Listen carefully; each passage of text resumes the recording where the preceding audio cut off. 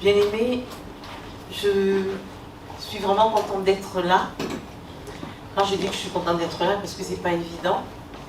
Je viens de passer une semaine assez éprouvante. Parce que d'abord, je suis allée à Paris parce que j'avais une formation que je devais assurer là-bas. Et pendant que j'étais en train de donner des cours, on m'a appelé pour dire que ma mère faisait un malaise. Et il y avait juste Erwan, Johan et Shelton pour gérer la situation. Puis Dylan aussi qui est arrivé, mais je crois après.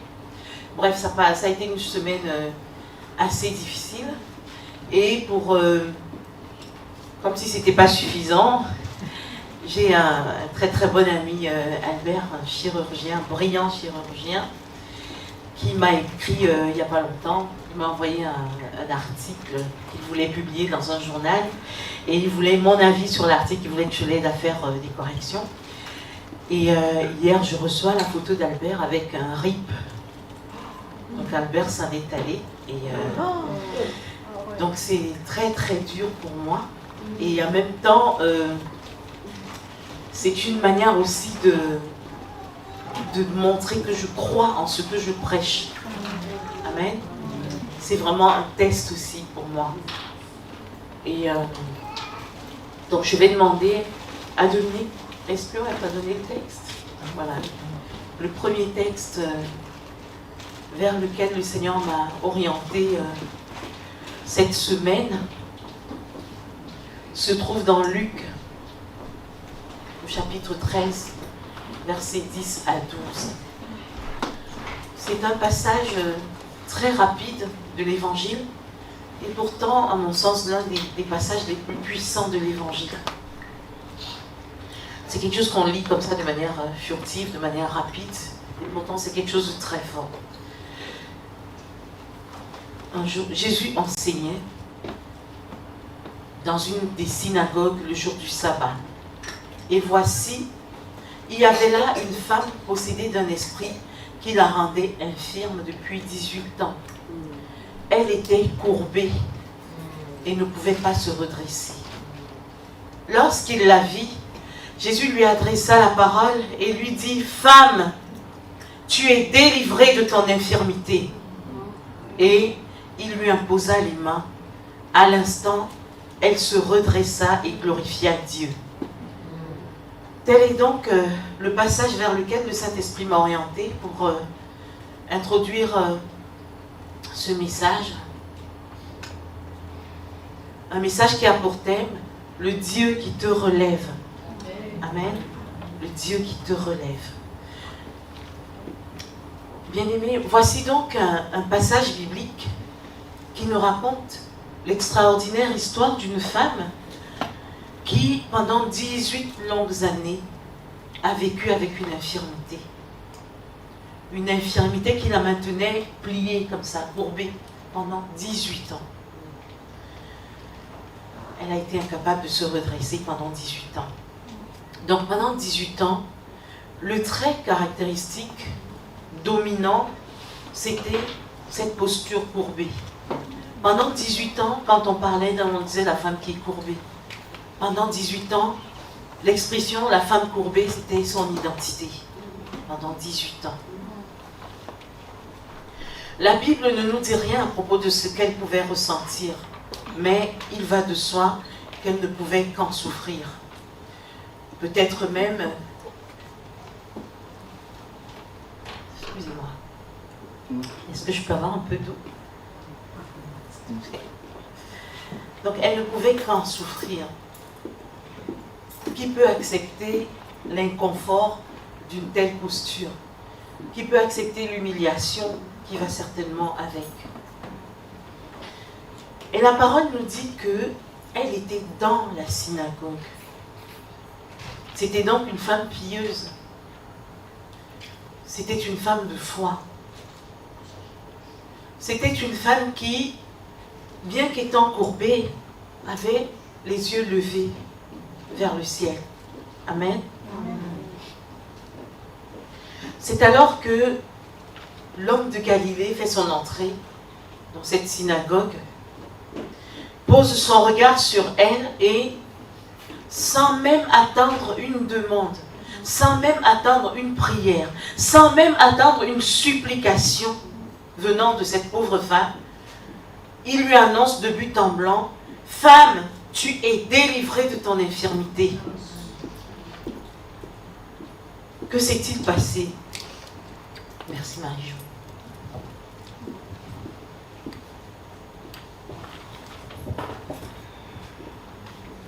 Que s'est-il passé? Eh bien, il s'est passé que le Christ en lui-même a ressenti une émotion à la vue de cette femme. Quelque chose qui le poussait à rejeter cette réalité. De lui-même, pour son confort à lui-même. Il a senti que ça n'allait pas. Il y avait quelque chose qui n'allait pas dans la posture de cette femme. Quelque chose qui le poussait à rejeter cette réalité. La réaction du Christ était de se dire, la posture de cette femme n'est pas compatible avec l'amour que j'ai pour elle. Il y a quelque chose qui ne va pas. Alors il a décidé de la redresser, de la relever, sans même entendre ce qu'elle avait à dire. Et pourquoi l'a-t-il fait? Pourquoi Jésus l'a-t-il fait? Tout simplement parce que sa gloire à lui et celle de son Père, c'est quand l'homme est debout. Amen. Sa gloire, c'est quand l'homme est debout. Quelles que soient les situations de ta vie, tu dois être debout. Tu ne dois pas être plié. Tu ne dois pas ploir sous le poids des esprits, des problèmes, des maladies, des souffrances, de tout ce qu'on veut. La gloire de Jésus, c'est quand l'homme est debout.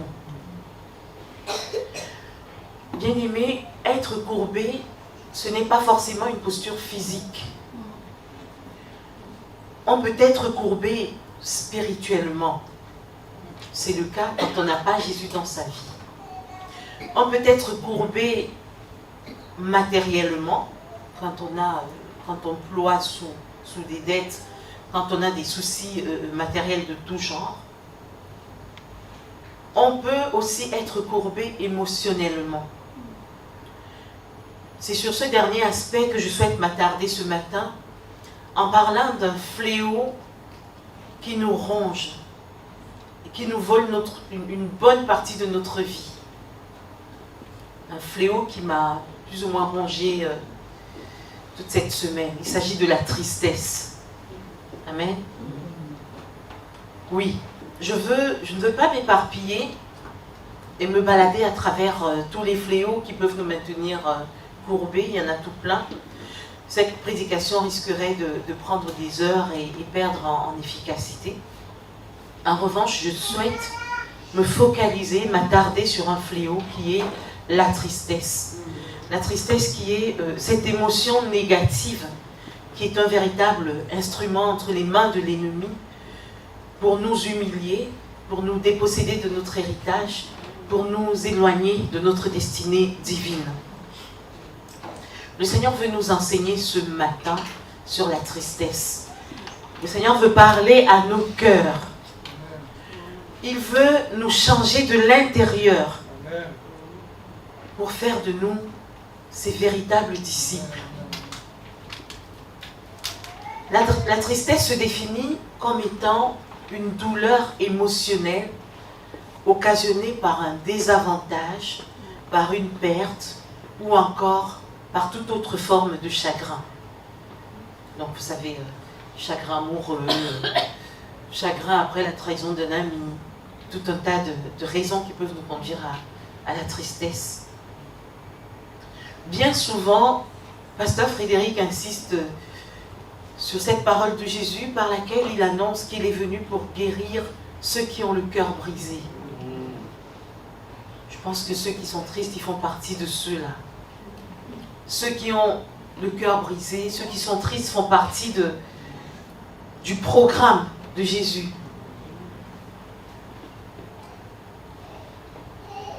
La Bible aborde le thème de la tristesse à travers plusieurs passages.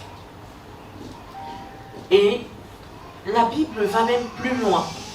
Elle ne s'arrête pas à la simple tristesse, elle aborde même le fléau, le véritable fléau qui bien souvent est une conséquence de la tristesse et qui n'est autre que la dépression. La dépression qui est un état de tristesse résistant et persistant.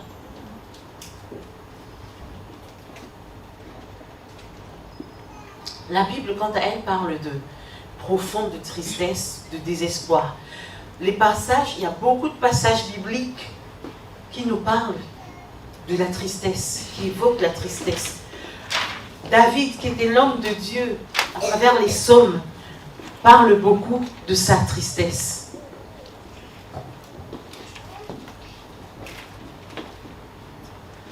Je te les confie d'abord, parce que sinon ça va encore. David parle beaucoup de tristesse, mais vous remarquerez qu'à chaque fois qu'il parle de tristesse, il termine en disant « Bénis l'Éternel, ô mon âme ».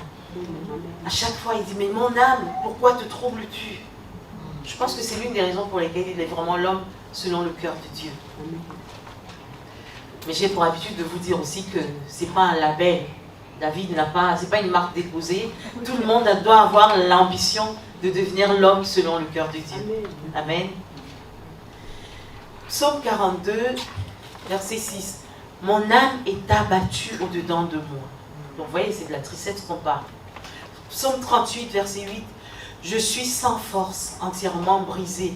Le trouble de mon cœur m'arrache des gémissements. Proverbe 15, verset 13. Un cœur joyeux rend le visage aimable, mais quand le cœur est triste, l'esprit est abattu. Donc il y a plusieurs passages, ça ce ne sont que quelques exemples, il y a plusieurs passages dans la Bible où on évoque la tristesse. La première remarque que je souhaite émettre ce matin, c'est que la tristesse n'est pas un péché. Amen. La tristesse, ce n'est pas un péché. Être triste ne signifie pas que l'on est faible dans sa foi.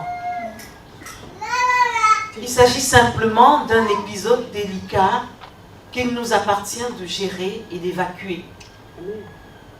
La tristesse, ce n'est pas un péché, c'est une école de vie. C'est une école où chacun se révèle vraiment tel qu'il est. C'est le lieu où le Père peut nous façonner, nous enseigner, nous transformer. Même Jésus, qui a été un homme parfait, a connu la tristesse. Il y a ce passage où il dit « Mon âme est triste ». Il y a même plus encore, Jean 11, 35, le plus court verset de la Bible, où on dit « Et Jésus pleura ». Il ne pleurait pas de joie, il pleurait de tristesse. Mais ensuite, Jésus, il ne s'installe pas dans sa tristesse. Au contraire, c'est de la tristesse qui va bondir pour aller guérir, ressusciter Lazare. Amen. Donc même le Christ a connu la tristesse. La tristesse, ce n'est pas un péché. La tristesse, c'est aussi et surtout la réalité à partir de laquelle le Père veut manifester sa gloire. Si tout le monde était heureux sur la terre, je pense qu'il n'aurait plus besoin d'intervenir. On n'est pas encore au paradis. Donc, Dieu intègre cela. Il sait que la tristesse existe. Et d'ailleurs, très souvent, il va utiliser la tristesse comme point de départ des actes qu'il va poser pour manifester sa gloire. Amen, amen. Nous n'avons donc pas à culpabiliser de notre tristesse, parce qu'elle est la conséquence de situations douloureuses de nos vies. Ce qui compte, c'est la manière dont nous réagissons face à la tristesse.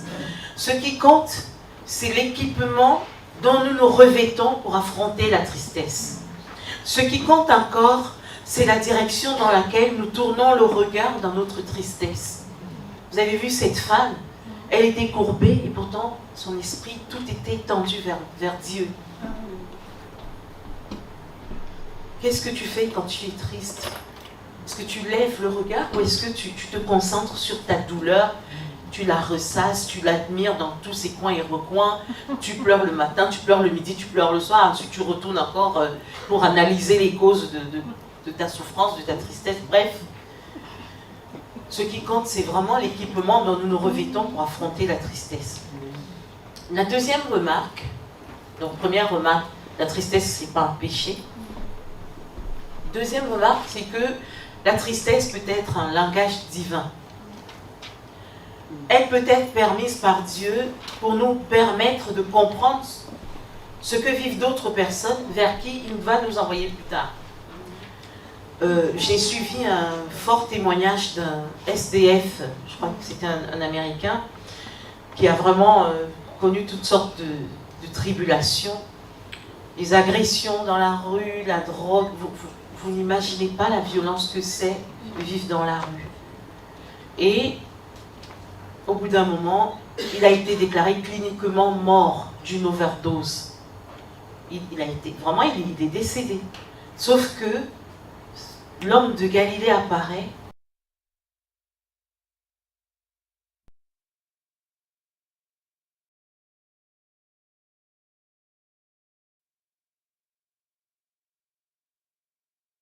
Puissant pour ramener des SDF à la vie normale.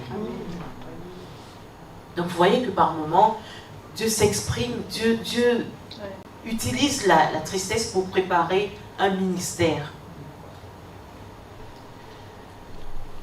Quelquefois aussi, Dieu tolère que nous soyons tristes lorsqu'il veut nous amener à quitter une saison de notre vie pour une autre. Et là, je n'ai pas besoin de trop disserter. Je vais prendre l'exemple de pasteur Frédéric et sa famille, qui ont été tristes de quitter la Guadeloupe, mais il fallait bien qu'ils éprouvent cette tristesse pour atterrir à Rieux. Amen.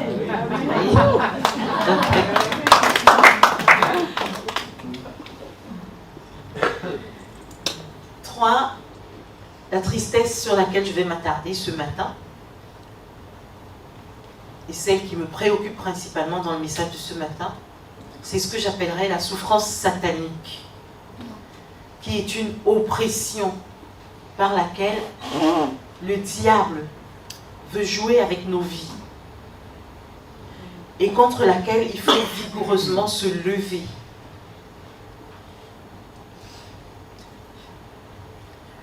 Je l'ai déjà dit, mais je le redis encore, il existe une différence considérable entre celui qui lève les yeux vers le ciel et celui qui se complaît dans la douleur et dans la solitude, celui qui passe son temps à ressasser des idées noires. Dieu nous demande de lever le regard vers lui. Dieu nous demande de lancer un cri vers lui.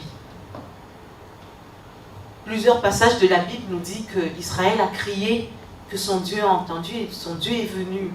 Il est descendu pour le sauver. La Bible est remplie de cris lancés en direction du Père avec tristesse, mais toujours dans un élan de confiance. Psaume 143, 7. Ô Éternel, viens vite m'exaucer, je me sens défaillir. Ne te détourne pas de moi, de peur que je ne sois comme ceux qui descendent dans le tombeau. D'autres versions disent dans le séjour des morts. Donc vous voyez que c'est un cri, ô Éternel, où es-tu? Pareil, le psaume 121 que nous connaissons beaucoup plus, qui dit, je lève les yeux vers les montagnes. D'où me viendra le secours?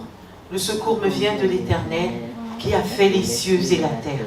Donc même pendant que je suis rongée par la tristesse, je sais d'où me vient le secours.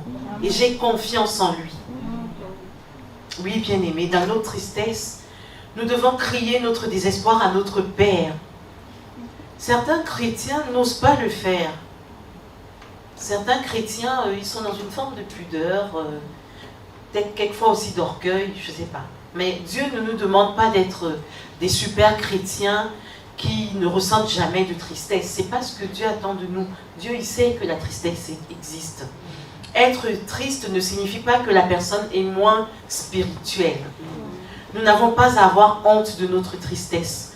Nous devons la révéler à Dieu. Nous devons la lui exposer. Vous savez bien que... Imaginez la situation où un malade cache ses symptômes devant le médecin. Ou encore imaginez la situation de quelqu'un qui cache la panne de son véhicule à son garagiste. Si on veut guérir, il est souvent important de mettre les mots, de parler, de dire « Père, je souffre, je suis triste, j'ai mal ». Dieu ne veut pas que nous soyons des super chrétiens qui n'éprouvent jamais de tristesse, non. Au contraire.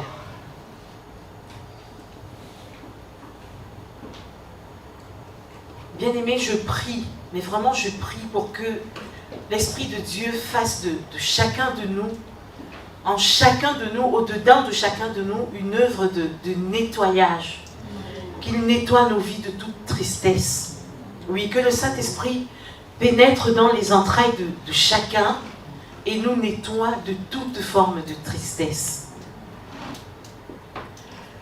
La tristesse ne doit pas être une honte, comme je l'ai dit, mais toute tristesse doit être évacuée de notre vie parce qu'elle représente un danger.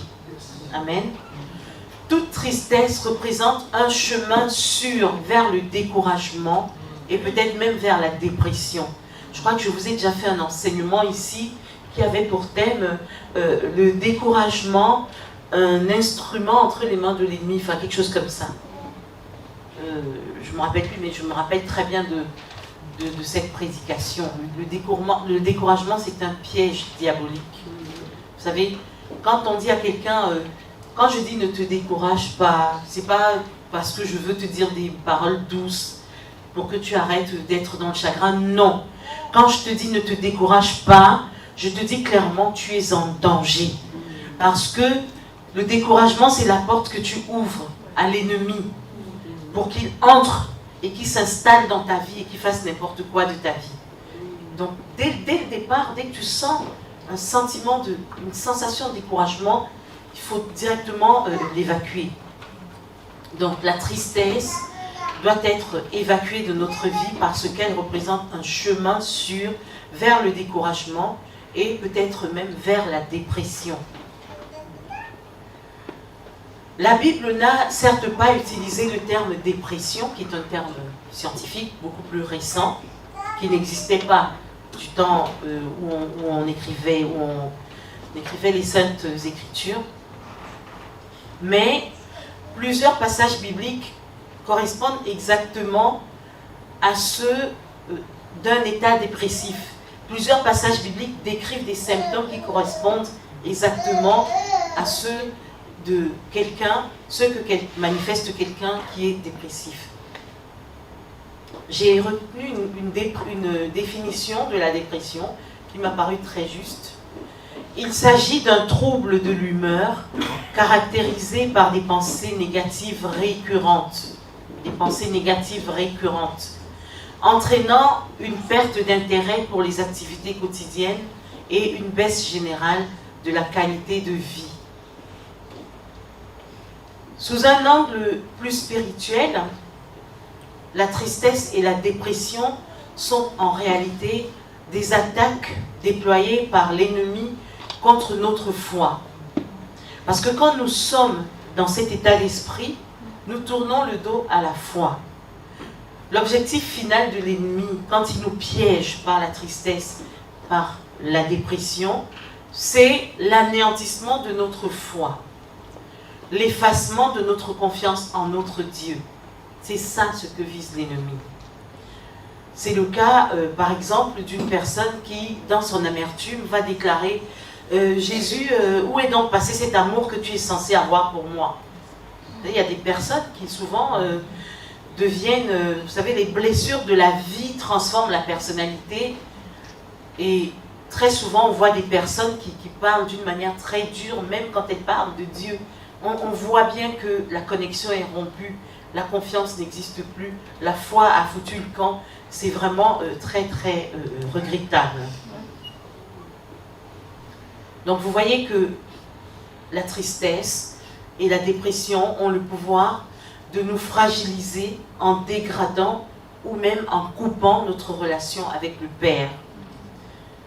L'équipement avec lequel le chrétien affronte la douleur fait toute la différence. Et cet équipement, c'est la confiance en Dieu.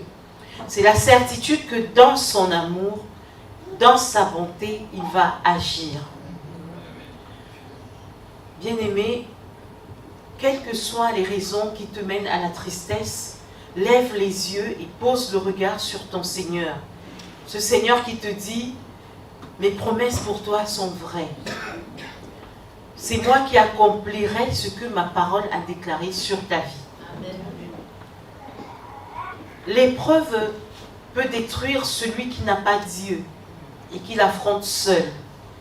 Tandis que pour le chrétien, la même épreuve pourra se transformer en bénédiction. Quelle que soit l'épreuve qui se présente à toi, tu dois la vivre avec Dieu. Tu ne dois pas la vivre seul. Et le message de ce jour se veut une parole d'espérance, un encouragement pour tous ceux qui n'arrivent pas à trouver le sommeil la nuit, ceux qui ont le cœur lourd, ceux qui vivent une situation qui paraît sans issue, ceux qui ont reçu des diagnostics douloureux. Vous savez qu'en matière de médecine, les médecins font leur travail, ils soignent, mais c'est vraiment Dieu qui guérit. C'est lui qui a le dernier mot. Quel que soit le diagnostic, c'est Dieu et Dieu lui seul qui a le dernier mot.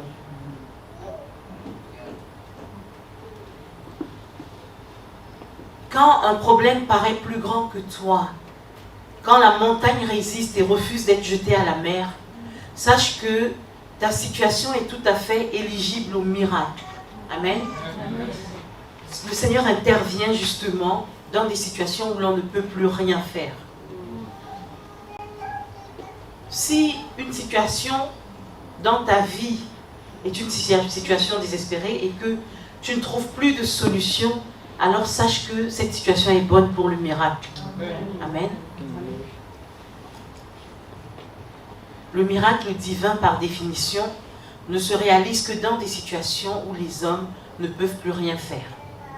Parce que si c'est une situation où les hommes peuvent faire quelque chose, ce n'est pas un miracle. Or, nous savons que Dieu est un Dieu de miracles. C'est le miracle qui définit la divinité de Dieu. Quand les disciples de Jean viennent vers Jésus pour lui dire « Es-tu vraiment celui qui devait venir ?» Qu'est-ce qu'il leur répond? Il leur répond comme des Namoana dans le Saint-Esprit. Il leur dit « Allez lui dire que les aveugles voient, les stériles enfantent, les maladies s'enfuient. » Donc c'est le miracle qui définit la divinité de Dieu. Avoir Dieu dans sa vie, ça veut dire avoir des miracles. Ça veut dire avoir potentiellement des miracles qui se produisent dans sa vie. Et j'irai même plus loin en disant, le miracle, ça devrait être le style de vie ordinaire de celui qui croit en Dieu. Bien-aimé, refuse la tristesse, rejette-la, parce que ton Dieu est un Dieu de l'impossible. C'est le Dieu de l'impossible, parce qu'il n'y en a pas deux. Il est le spécialiste des voies sans issue. Il est l'expert en matière de cas désespérés. Considère ton problème comme une opportunité que Dieu se donne. Considère ton problème comme une opportunité que Dieu se donne pour te révéler son amour pour toi. Pour révéler sa puissance, qui est une puissance surnaturelle. Vous connaissez très bien ce passage de Jean 16, verset 33, où Jésus déclare « Vous aurez des tribulations, mais prenez courage, j'ai vaincu le monde. » Vous aurez des tribulations. Jésus a prévu tout ça. La souffrance par laquelle tu passes, Jésus a prévu que tu passeras par là. Vous aurez des tribulations dans le monde, mais prenez courage, j'ai vaincu le monde. Mais avant même de vaincre le monde, c'est en lui que tout a été créé. Dans Genèse, vous savez très bien, Dieu dit que la lumière soit et la lumière fut. Plus tard, c'est Jean qui dira que tout ce qui a été créé en Christ. Amen. Que la lumière soit et la lumière fut. Si notre Père céleste peut créer la lumière là où régnaient les ténèbres, s'il peut apporter l'ordre et l'harmonie là où régnait le chaos, alors il peut également, de manière surnaturelle, transformer ta vie. Tu n'es pas prisonnier ou prisonnière de ta vie telle qu'elle est. Amen. Dieu est libre de faire de ta vie ce qu'il veut. Et la moindre chose que Dieu peut vouloir dans ta vie, ça ne peut être qu'une bénédiction pour toi.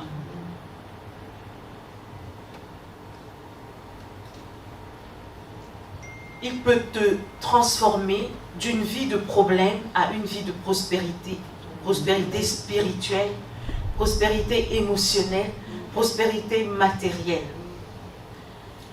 Telle est sa volonté, puisqu'il déclare lui-même, « Je souhaite que tu prospères à tous égards et sois en bonne santé, comme prospère l'état de ton âme. » Tous ceux qui ont des soucis de santé, le Seigneur te dit, « Je souhaite que tu prospères à tous égards. » C'est pour toi, c'est pour toi, c'est pour vous tous.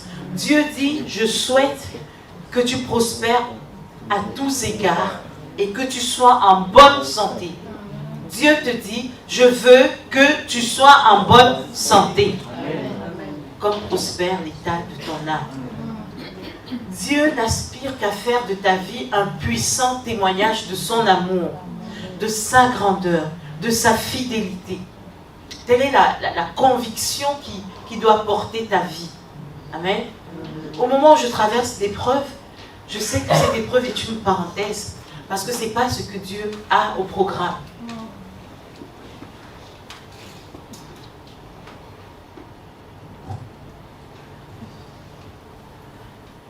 Quand l'épreuve résiste dans notre vie, nous ressemblons à ce paralytique malade qui attendait au bord de la piscine de Bethesda. Le processus de guérison était bien établi dans cette piscine.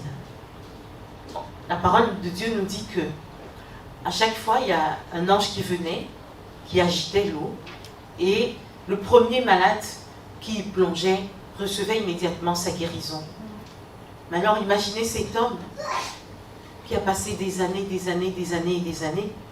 Vous avez vu le film The Chosen? Vous avez vu comment cette scène est magnifiquement rendue dans ce film? Vraiment, je vous encourage à regarder ce feuilleton, cette série, parce que c'est vraiment une série qui booste la foi. Et d'ailleurs, j'ai entendu dire que des millions de personnes se convertissaient à partir de ce... C'est incroyable. Voilà un groupe de jeunes gens qui sont en train de réaliser une œuvre qui pourrait être comparée à celle de l'apôtre Paul, par exemple. Vous vous rendez compte, à partir de quelque chose de ludique. C'est vraiment le Saint-Esprit qui travaille, qui agit. Donc le processus de guérison à Bethesda était connu. Il fallait que, quand l'ange remue l'eau, il fallait être le premier à tomber dans l'eau. Quand Jésus s'approche de cet homme, lui dit, « Veux-tu être guéri ?» Il répond, « Oui, Seigneur, je veux être guéri, mais je n'ai personne pour me jeter dans l'eau quand elle est agitée. Regardez-moi, je suis paralytique, je ne peux même pas bouger d'un millimètre. Je fais comment ?» Jésus le regarde, Jésus lui dit, « Lève-toi et marche. » Jésus n'a pas besoin de passer par le processus qui était établi. Donc, quelles que soient les démarches qui sont les vôtres, vous savez que oui, je ne remplis pas les conditions, j'ai tel papier qui me manque, j'ai ceci. Quand Jésus veut vous bénir, il sait trouver le raccourci pour vous bénir. Amen. Jésus lui dit, lève-toi et marche, prends ton lit et rentre dans ta maison. Bien-aimé, aujourd'hui, tu es invité à croire que Jésus peut aussi ordonner des solutions, des bénédictions, des grâces sur ta propre vie. Jésus peut. Tu t'es levé ce matin, tu avais une certaine réalité, tu avais une certaine image de qui tu es, de ta propre vie. Quand tu vas repartir, dis-toi, ma vie aussi telle qu'elle est, Jésus peut ordonner des changements. Jésus peut ordonner des guérisons. Jésus peut ordonner des bénédictions, y compris celles que je n'ose même pas espérer. Vous vous rendez compte, cette femme courbée dans le temple, elle s'est levée ce matin, comme d'habitude, avec la souffrance qu'il y avait à faire sa toilette, à marcher, à se diriger vers le temple. À aucun moment, elle n'aurait pu imaginer que le soir, elle serait quelqu'un d'autre. Il en est de même de chacun de nous, quel que soit le domaine qui nous maintient dans cette posture de tristesse. Le Seigneur peut, en un clin d'œil, en un craquement de doigts, transformer notre situation.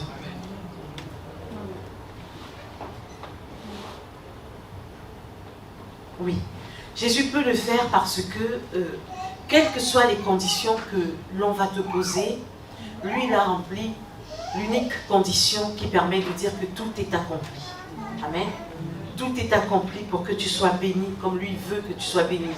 Cette condition, c'est son sang versé sur la croix. Amen. Ce sang qui a poussé le voile à se déchirer, le voile du temple. On nous dit que le voile du temple s'est déchiré par le haut. Ce détail est très important. Le voile ne s'est pas déchiré par le bas. Il s'est déchiré par le haut. Pourquoi? Parce que c'est Dieu lui-même qui l'a déchiré. Amen. C'est Dieu lui-même qui a dit désormais, tous mes enfants sont éligibles au miracle. Tous pourront vivre cette vie pour laquelle mon fils est mort sur la croix.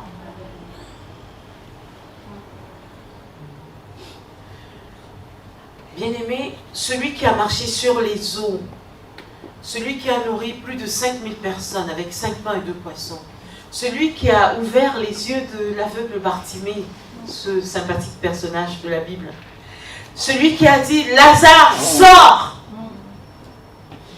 Celui-là, il est ici ce matin. Amen. Il est avec nous ce matin. Il a promis et nous devons croire. Seigneur Jésus, je m'adresse à toi. Je sais que tu es ici avec nous ce matin. Amen. Il est ici ce matin et le même pouvoir par lequel l'homme de Galilée a opéré il y a plus de 2000 ans peut encore intervenir spectaculairement dans notre vie aujourd'hui.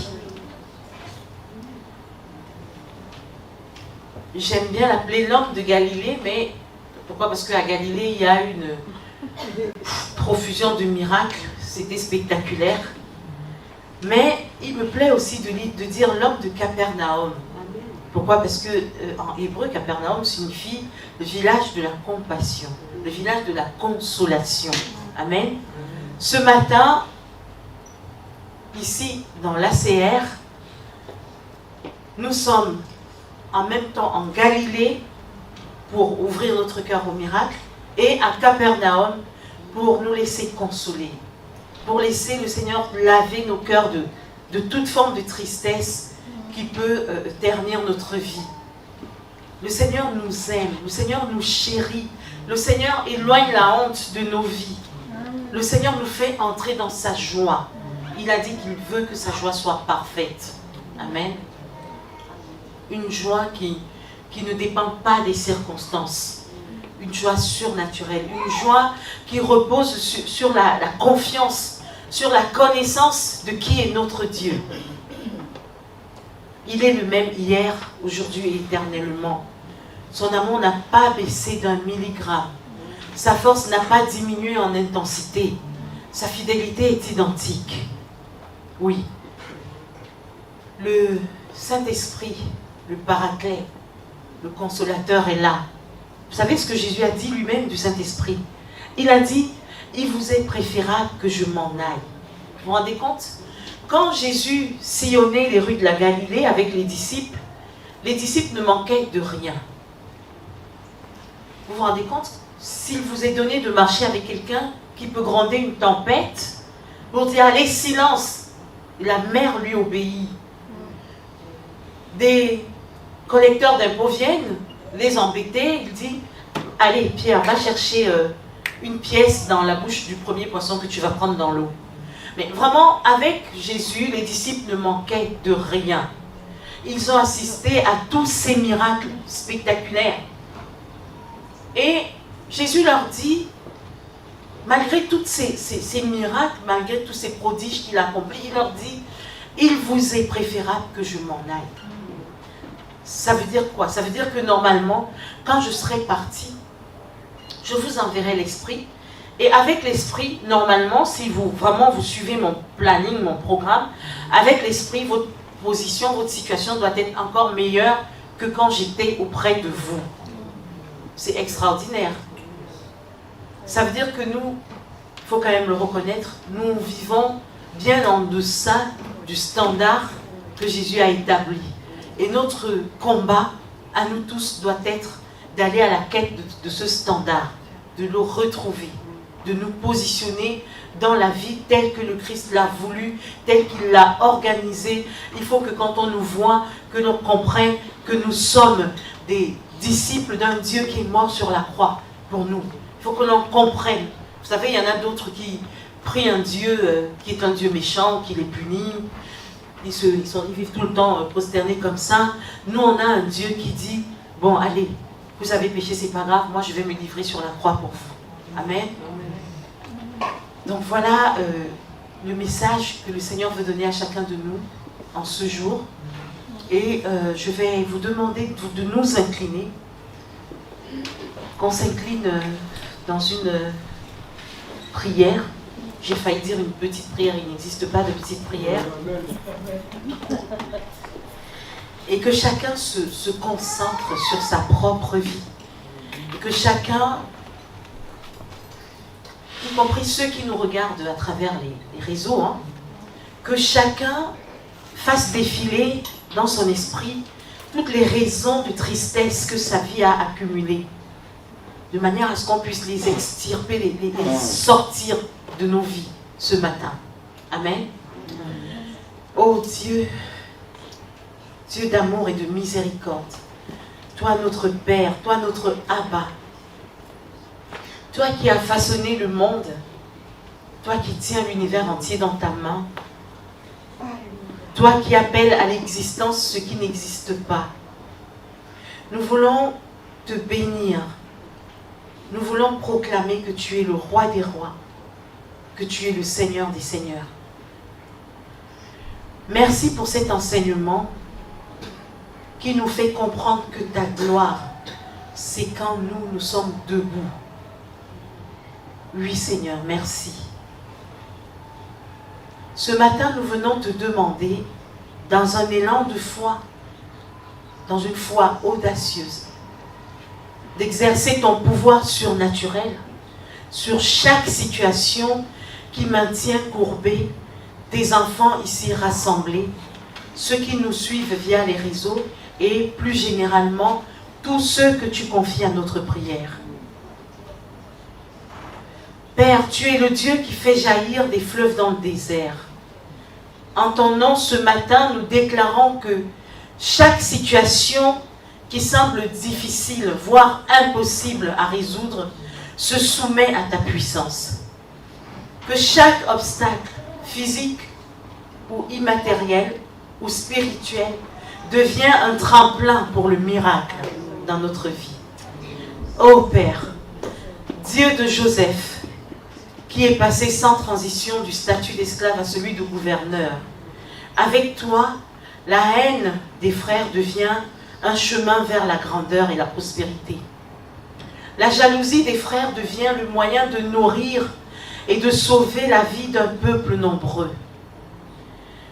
De la même manière, nous proclamons ce matin que toutes les haines, tous les complots, toutes les méchancetés, toutes les injustices contre nous deviennent des chemins pour bénir, pour installer notre vie dans un intarissable torrent de bénédiction. Toi, le Dieu de Moïse, daigne exercer sur notre vie la même puissance, le même pouvoir qui a séparé en deux la mer Rouge. Qu'un chemin soit créé dans nos vies, afin que tout blocage, toute situation impossible dans notre vie parvienne à sa solution. Ô Père, quand la tristesse et le désespoir veulent habiter nos pensées et nos vies, que tu te lèves pour veiller sur nous, que tu nous relèves comme tu as pris soin de cette femme courbée dans la synagogue, dans cet élan d'amour et de compassion qui te caractérise. Oui, Seigneur, lève-nous, nous aussi. Nous ne voulons plus être courbés. Nous faisons appel à toi, Dieu du prophète Élisée, qui a multiplié l'huile de la veuve jusqu'à ce qu'elle-même n'ait plus de vase pour recueillir de cette huile. Fais de notre vie une vie prospère à tous égards, comme tu le promets. Ta parole nous dit que tu pourvois à nos besoins selon les richesses de ta lumineuse gloire. Oui, Seigneur, nous ouvrons nos vies pour les accueillir. Père, tu peux ramener à la vie tout ce qui était mort en nous. Tu peux ressusciter les organes qui ne fonctionnent plus en nous. Tu peux restaurer tout ce qui était perdu. Tu peux redresser tout ce qui était courbé. Tu peux redonner du souffle de vie à tout ce qui était éteint. En ce mois d'août, ce sont toutes nos vies, nos familles, nos amis, nos projets, nos nations, que nous déposons entre tes puissantes mains, et que la vie de chacun devienne ainsi le lieu où tu te glorifies, le Dieu où tu révèles ta grandeur, ta bonté, ta miséricorde, ton amour. Qu'il en soit ainsi, au nom de Jésus-Christ. Amen. Amen.